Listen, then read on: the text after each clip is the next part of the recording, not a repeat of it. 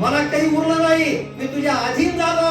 अशा प्रकारे असताना गरुड आणि विष्णू भगवंताबरोबर आणि संभाषण करतो रे बाळा. बोला. गोडी साखर दोन एक, ऐसा तो स्वामी मी सेवक, मज तुझं नाही वेगळे भिन्नत्व देख वर्तता. हे देवा, कारण तुम्ही एकच आहे ना. गोडीत आणि साखरेमध्ये काय बदल आहे? एकमेकाच्या हृदयी आणि गोडी साखरेच्या ठाई. कारण देवा, अरे सगळं एकच आहे ना. आता माझ्यातून तुझ्यात काय दिवस वरलं देवा? अरे भेदभाव राहिलाच नाही ना देवा. कारण मी काय करीत होतो रे विष्णू भगवंता अच्युत. अरे देवा, तुझंच नाम घेत होतो ना मी. राम नाम वदो आणि मना झाली समाधानी, ममता राम वेळ वेळा जळती पापे अग्नी जवाळा. राम नामाचा प्रताप काय पुढे येईल पाप, शिवदास नाम ब्रह्मरी नाम साकितो कल्लारी. काय गोड आहे महाराज. अरे गरुड कोण आहे? पक्षी. पक्षी गरुड देवाला सांगतो, देवा आता काय उरलं रे मला, आता तू आणि मी एकच झालो. अशा प्रकारे गरुड विष्णू भगवंताबरोबर संभाषण करतो रे बाळा. बोला. श्री विष्णूचा निज सेवक, बनता गरुडासी परमहरी. मज तुझे सेवेचे परम सुख, दृष्टी सन्मुख मज राखावे. गरुड काय म्हणतोय बघा ना. गरुड पक्षी बोलतोय देवा सगळं. अरे देवा, आता काय राहिलं मला, मी तू एकच ना दोघं. तू माझा गुरु, मी तुझा सेवक. तू माझा स्वामी, मी तुझा सेवक.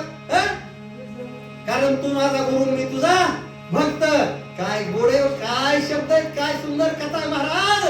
गरुड पक्षी आणि विष्णू भगवंता सगळं बोलतोय बाळा. बोला. पाहता तुझे श्रीमुख,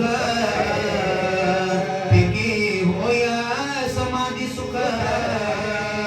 चरणी ठेविला मस्तक, दृष्टी सन्मुख मज ठेवी. आता दृष्टी पुढे आयसाचे तू राहे. आणि हे वेळोवेळा गरुडला सांगितलंय, देवा विष्णू भगवंता मला आता समाधी लागली रे. समाधीचं सुख मला प्राप्त झालं. बघा गोपाळ बाबाची समाधी महाराज. समाधी लागली म्हणलं गरुड. पक्षी बोलतो विष्णू भगवंता बरोबर. आता काय राहिलं देवा, मला समाधीचं सुख प्राप्त झालं. साहित्य पदाची मुक्ती मला मिळाली देवा. गरुड पक्षी आणि विष्णू भगवंता बरोबर बोलतो रे बाळा. बोला. ऐकून गरुडाचे वचन, विष्णू झाला संतुष्ट मान. दृष्टी पुढे नित्य स्थान, निधले नेमुन गरुडासी. असं गरुडाचं संभाषण माझ्या विष्णू भगवंताला ऐकलं. माझ्या विष्णू भगवंताला सुख झालं, समाधान झालं, आनंद झाला. आणि आनंद रूप झालेला माझा विष्णू भगवंत काय दिलं? स्थान दिलं. पायाच्या जवळ स्थान दिलं गरुडाला. अशा प्रकारचं असणारं सामर्थ्य त्या आणि पक्षी असून त्या गरुडाला प्राप्त झालं बाळा. बोला. गरुडे पृष्टी दिली देवासी, देवे दृष्टी दिली गरुडासी. उल्हास देव भक्तासी, गरुड हरी सेवेसी विनटला. किती गोड आहे नाथ महाराजांचं रामायण. नाथ महाराजांनी इथं वर्णन केलंय. गरुडानं भगवंताला पाठीवर घेतलं. पृष्ठी पाठीवर घेतलं आणि असताना भगवंताला पायापाशी घेतलं. कुणाला? गरुडाला. अशा प्रकारे असताना दोघं एकरूप झाले. अशा प्रकारे नाथ महाराजांनी वर्णन केलं रे बाळा. बोला. गरुड विनटोनी श्रीहरी, आया वाचार मने करी. झाला विष्णूचा आज्ञाधारी, जोडल्या करी तिष्ठत. काय कथा किती गोड आहे महाराज. माझ्या मावाला आणि माझ्या बहिणीला मी या ठिकाणी विनंती करतो, हात जोडतो. कारण असताना काय वाच्यानं मनानं. कारण या ठिकाणी काय झालं? त्रिपुटी आली. त्रिपुटी. गरुडाला विष्णू भगवंताला बघितलं, गरुड विष्णू रूप झाला. विष्णूनं गरुडाला बघितलं. अशा प्रकारे त्रिपुटी या ठिकाणी काय ना वाचानं मनानं गरुड विष्णू रूप झाला असं नाथ महाराज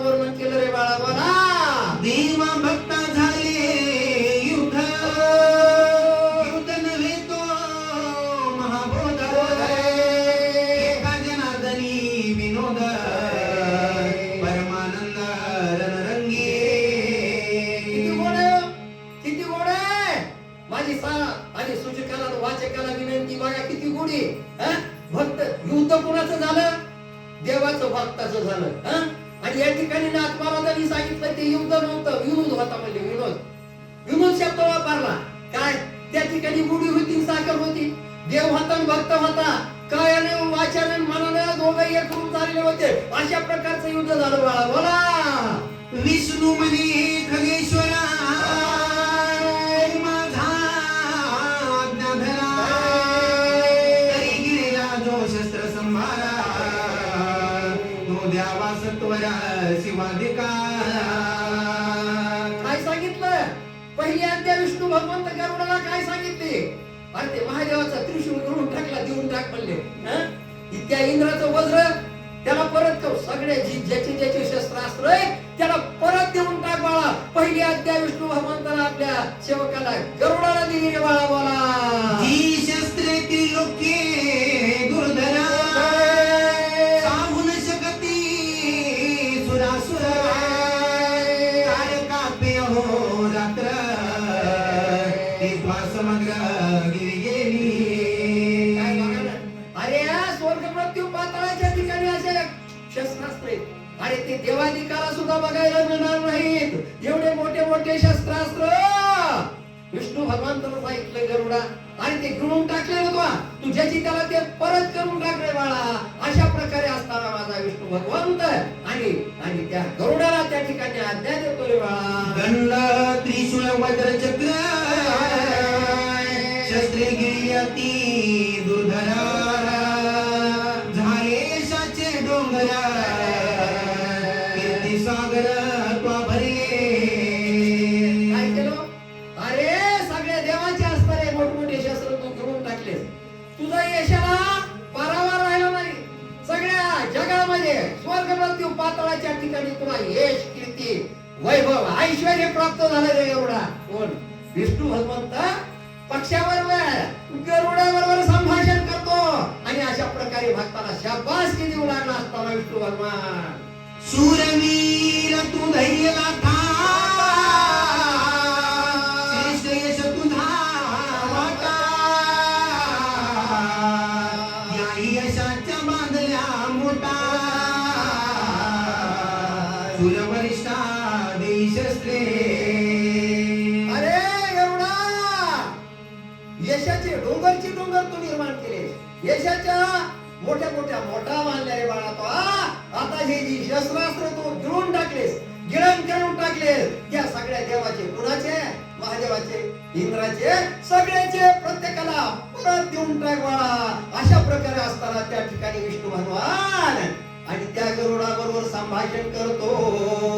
उभय पक्षाचा क्रम, तुझ्या शस्त्राचे नाही काम, तुगा पराक्रम, शस्त्रे सुतम गौरवी.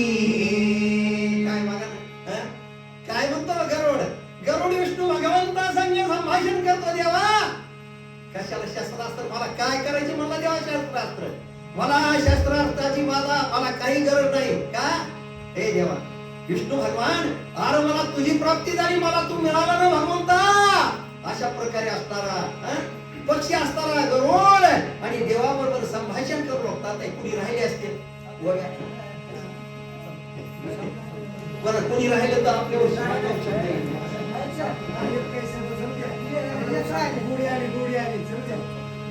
यश कीर्तीच्या उत्तरी, गरुड गौरविला श्री हरी आहे, तो लोळे पायावरी, आज्ञा श्री वंदिले. काय किती गोड कथा माझ्या भगवान रामचंद्र प्रभूची कथा. कारण गरुडाने काय केलं? विष्णू भगवंताच्या पायावर दंडवत घातला. यश, कीर्ती, ऐश्वर्य असं केवढं मोठं प्राप्त झालं त्या गरुडाला. गरुडाला यश मिळालं, कीर्ती मिळाली. गरुडाने सांगितलं देवा कशाची शस्त्रास्त्र आहेत, मला काय करायचं म्हणला. अरे एवढा देवा तुम्हाला मिळाला असतं भगवंता, तुझी प्राप्ती झाली विष्णू भगवंता, तुम्हाला प्राप्त झाला, मला काय कुणाची शस्त्रास्त्र, मला काय करायचे? असा असताना पक्षीरूपी गरुड आणि माझ्या विष्णू भगवंता संग आणि बरोबर संभाषण करू लागले रे बाळा. बोला. माशी दंड इंद्राशी वज्र, त्रिशूळे पूजिला श्री शंकर, चक्रे पूजिला चक्रधर, बळे समग्र सुखी किती केले. मोठं आहे, किती सुंदर आहे. काय दिलं? विष्णू भगवंताला चक्र देऊन टाकलं, इंद्राला वज्र देऊन टाकलं, महादेवाला त्रिशूळ देऊन टाकलं. असं सगळे ज्याचे शस्त्र देव की हजारच होते आपल्या आता माघारी मागले ते म्हणून हा? सगळ्यांनी ज्याची कला देऊन टाकलं. माझ्या विष्णू भगवंताला गरुडा आज्ञा दिल्या आज्ञा प्रमाण माध्य असणाऱ्या माझ्या गरुडानं आणि ज्याचे शस्त्र त्याला देऊन टाकलेले बाळा बोला. पाचारुनिया प्रजापती कमंडलू दिधला त्याचे हाती. अवघे जय जयकार करीते आलिंगिती गरुडाते. एक राहिलं नव्हतं ब्रह्मदेवाचा कमंडलूच राहिला होता नेमका. त्या ब्रह्मदेवाला बोलविला, कमंडलू देऊन टाकला आणि सगळे देवाने जय जयकार केला मोठ्या विष्णू भगवान प्रभू बघा तुम्ही इकडं तरी म्हणले हे वाचणार आणि वाचक सूचकच फक्त म्हणले भगवान चंद्र भोजको की जय. माझ्या बहिणीच्या एका तोंडातून नुसते तोंड असंच केलं होतं तोंड. मोठ्यानं गजर झाला पाहिजे माझ्या बहिणीनं. अरे हे डोंगर सुद्धा गरजाला पाहिजे. इकडचा डोंगर काय सगळं घागर वाढवून सगळ्या डोंगराच्या मातला वाढ आहे वाढ आहे. इथं सगळं आमचं जीवित इथंच आहे सगळं. मोठ्यानं व्याजाला करा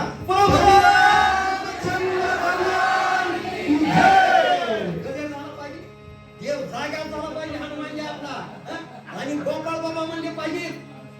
काय काय गजर या ठिकाणी काय रामाची कथा आहे महाराज बोला. पुढील अमृताची कथा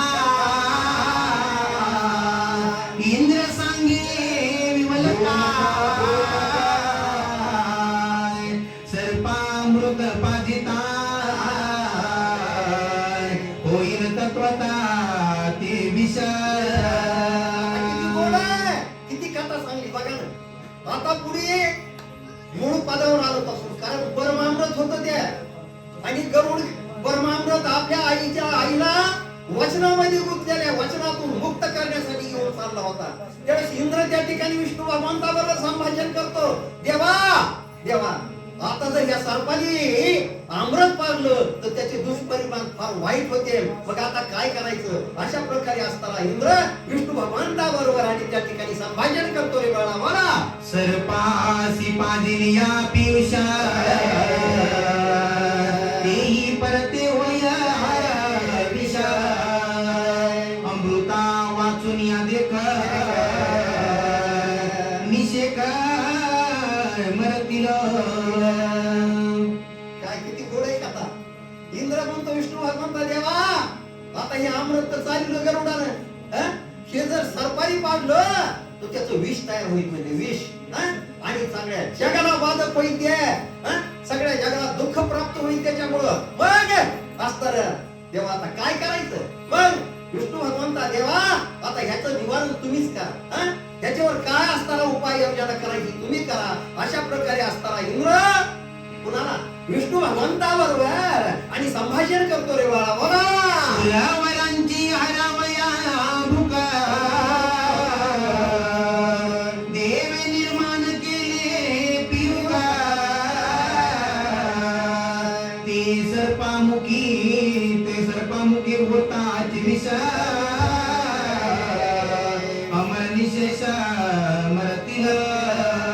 बघा त्याची त्याला पंचायती कारण इंद्राला सगळ्या 33 कोटी देवाने ते परमामृत पाजायला दररोज लागत होतं महाराज. सांगितलं हे देवा विष्णू भगवान कारण हे जर आता नेऊन सरपारी पाडलं तर त्याचं विष तयार होईल. आणि मग इथं देवानी काय बाजू म्हणून कोण इंद्र असताना आणि त्या ठिकाणी कुणाला विष्णू भगवंता बरोबर आणि संभाषण करतो रे बाळा बोला.